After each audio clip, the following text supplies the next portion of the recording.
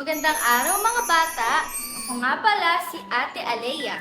At ngayon, tayo ay magbabasa ng kwentong Magpalipad ng Saranggola. Handa na ba kayo? Kung ganon, magsimula na tayo! Magpalipad ng Saranggola. Magpalipad tayo ng saranggola. Maganda ang panahon. Gustong-gusto maglaro ni Nico. Niyaya ni Nico na maglaro ang kambal ng si Noli.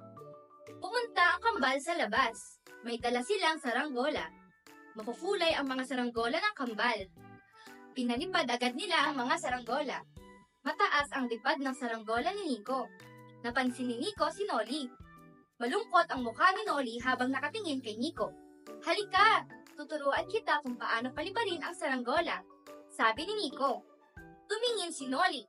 Ipinakita ni Nico kay Noli kung paano magpalipad. Ilang saglit pa, nakangiti na si Noli. Salamat, Nico, wika niya. Nagustuhan niyo ba ang kwento? Kung ganon, ngayon kayo naman ang magbasa. Handa na ba kayo? Magsimula na tayo.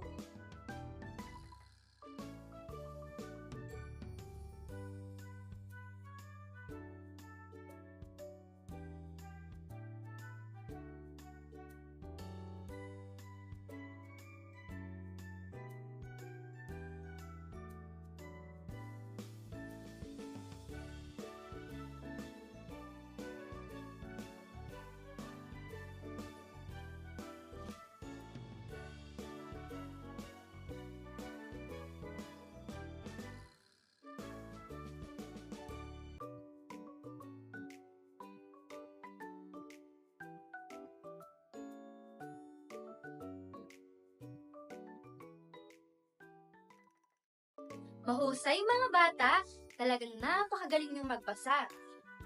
At huwag kalimutan, magsanay magbasa palagi dahil ito ay importante lalo na sa mga estudyante. Hanggang doon na lamang ang kwento natin ngayon. Paalam!